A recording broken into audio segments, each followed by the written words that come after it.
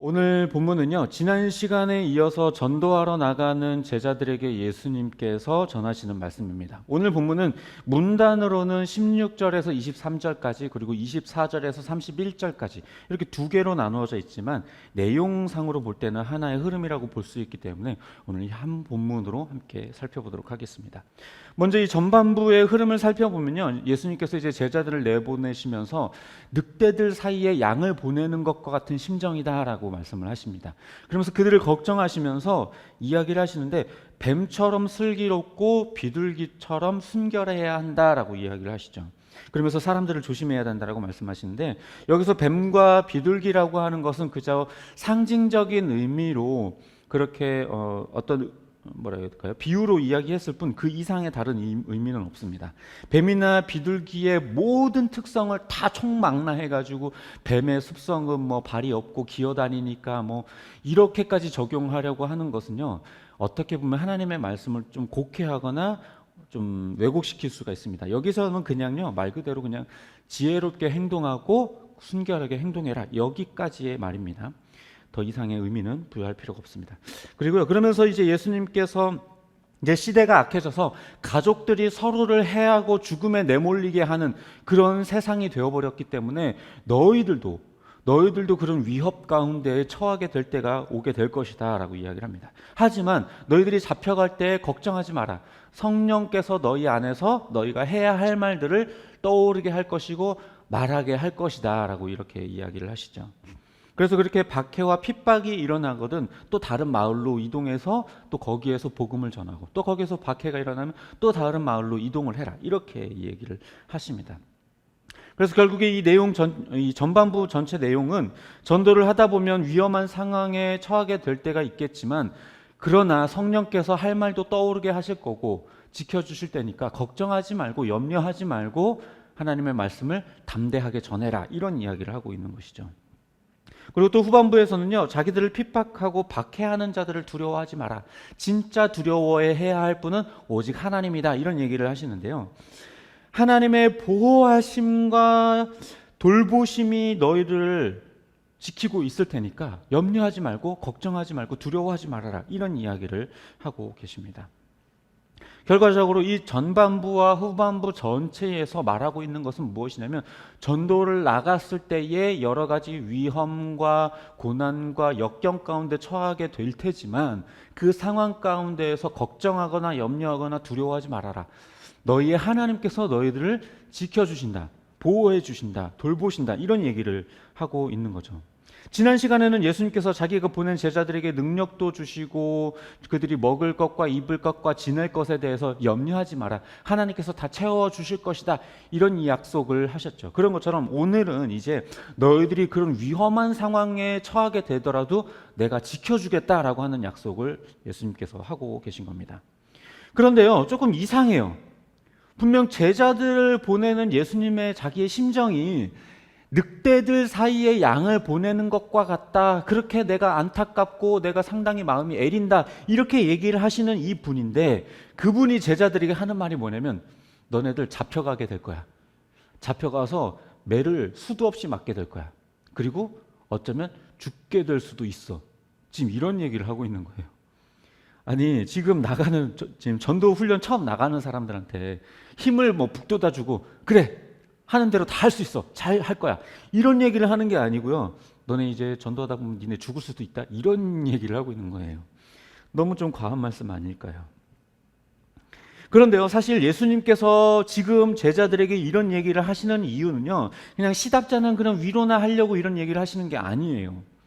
예수님은 도리어 그들이 맞닥뜨리게 될 그 현실 앞에서 진짜 현실적인 대안과 어떤 방책들을, 그런 말들을 이야기해 주고 계신 겁니다. 당장 전도를 하다 보면 마주해야 할 그런 상황들 앞에서 어떻게 대처할 것인가, 어떠한 마음가짐으로 대할 것인가에 대해서 예수님은 구체적인 말씀을 해주고 계신 것이죠. 근데 우리가 착각하는 것 중에 하나가 뭐냐면요, 예수님을 믿게 되면 앞으로 평탄한 삶을 살게 될 거다, 복받고 아무런 문제도 생기지 않고 고난도 없을 거다, 이렇게 우리가 착각을 해요.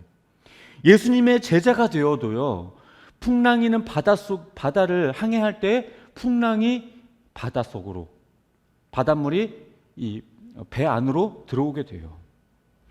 죽음의 위기도 경험하게 되고요. 배고픈 상황에 처할 수도 있는 겁니다.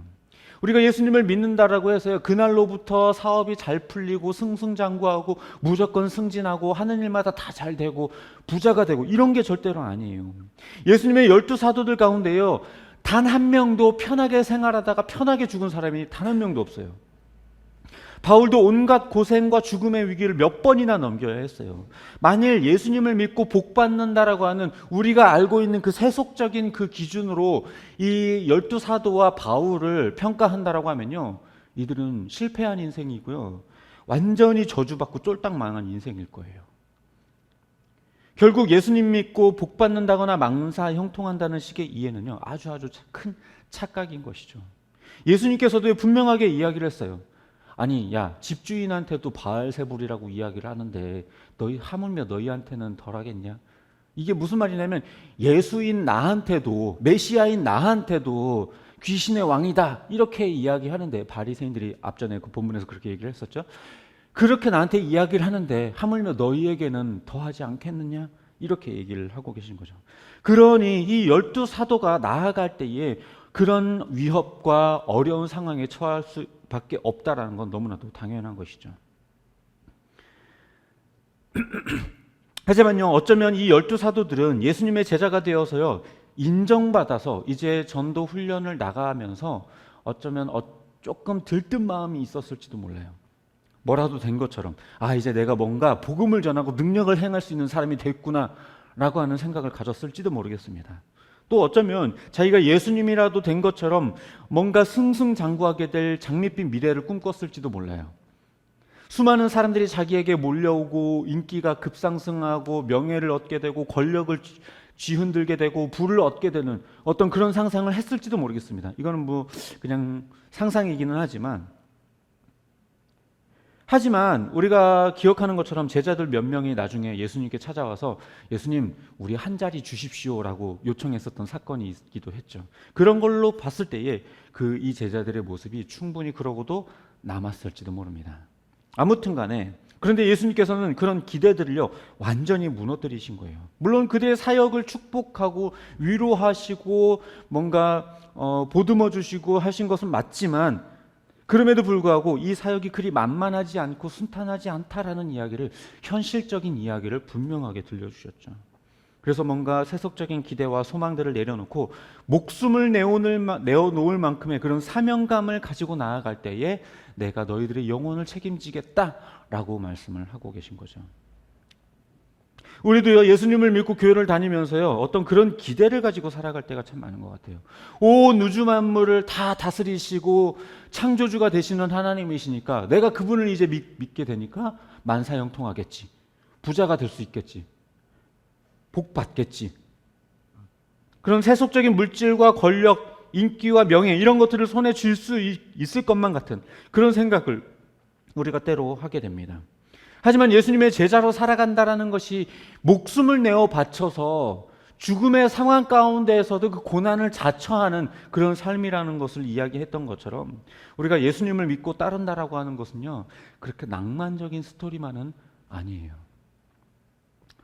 존 버년이라고 하는 사람이 지은 철로역정이라고 하는 책이 있습니다.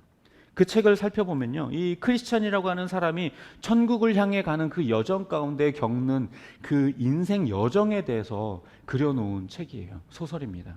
그런데요, 그가 걸어가는 그 길이 꽃길도 아니고 황금길도 아니에요. 오히려 진흙과 같은 길도 있고요, 때로는 좁은 길을 걸어야 되고요, 때로는 사자가 으르렁거리는 그 길을 지나가야 할 때도 있었어요. 뿐만 아니라 거인과 싸우고 사탄과 싸우고 온갖 유혹과 어려움들 가운데에서 버텨내야만 했었던 그런 여정이었습니다. 지난 시간에도 말씀드렸던 것처럼 예수님을 믿는다라는 건요, 그냥 믿고 끝나는 게 아니라 보냄을 받는 자, 예수님의 제자로서의 삶을 사는 게 바로 예수님을 믿는다라는 거예요. 예수님을 믿긴 믿지만 제자가 되기는 싫다, 이런 건 있을 수가 없어요. 예수님을 믿는다며 반드시 그 사람이 예수님의 제자가 되는 겁니다.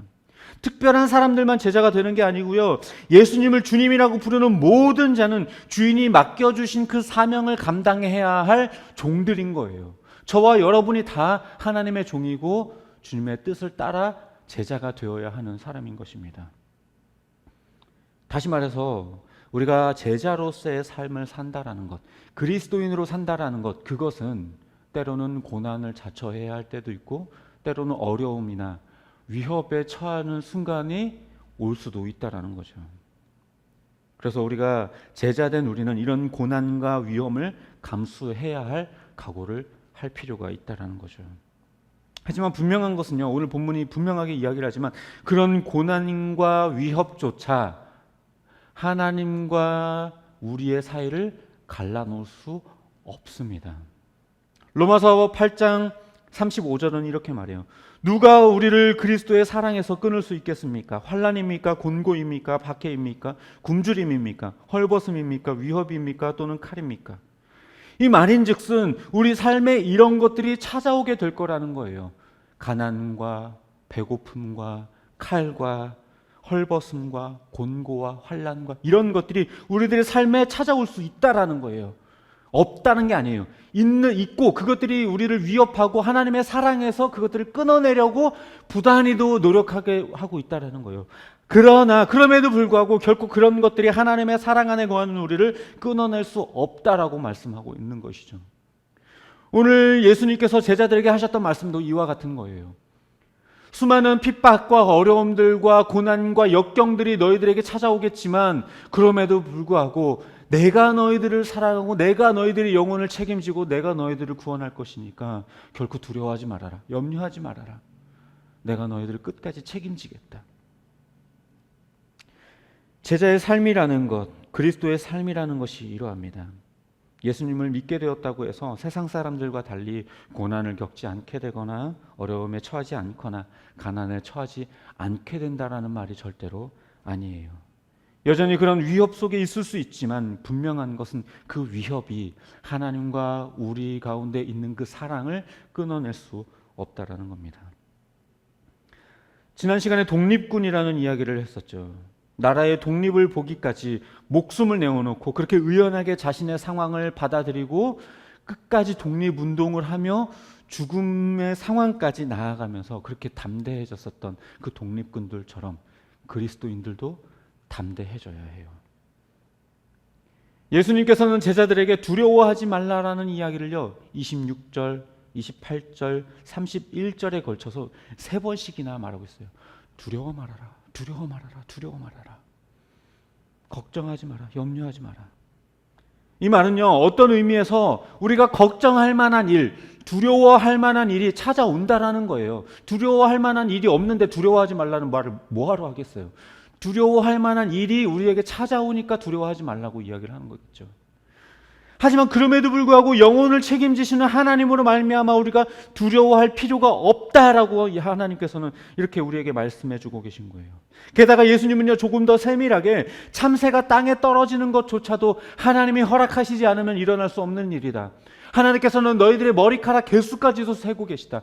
그만큼 너희들을 돌보시고 그만큼 너희들에게 집중하고 너희들을 돌보고 너희들을 보호하고 지켜보고 계신다라는 이야기를 하고 있는 것이죠.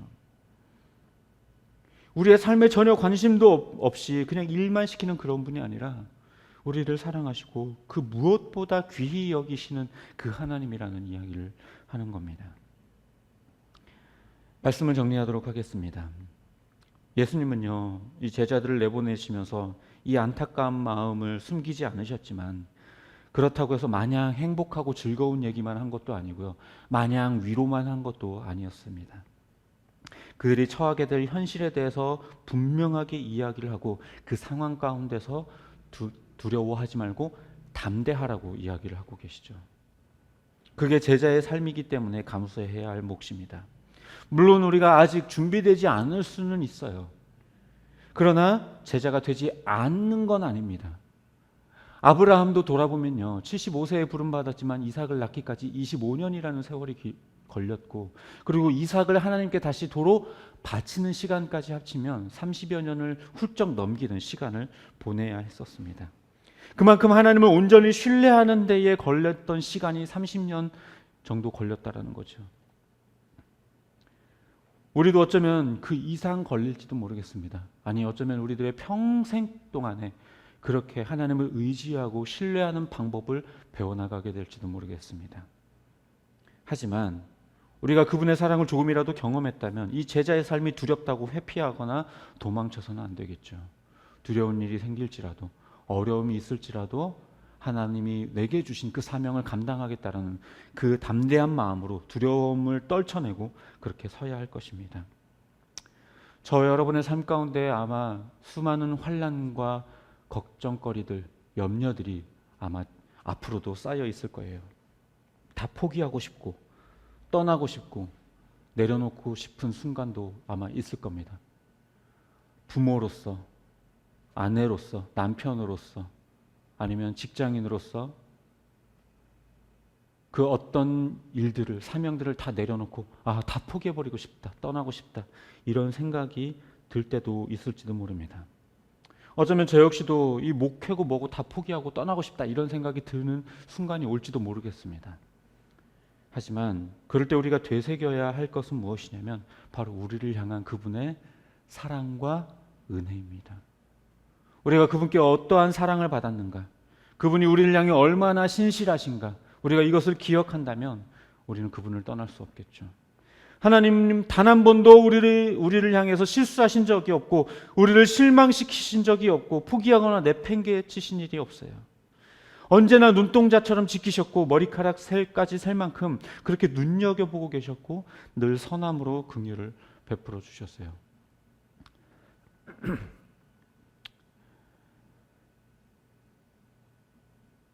명확하게 기억은 안 나지만요, 한 분이 신사참배하는 상황 가운데서 이런 이야기를 하셨어요.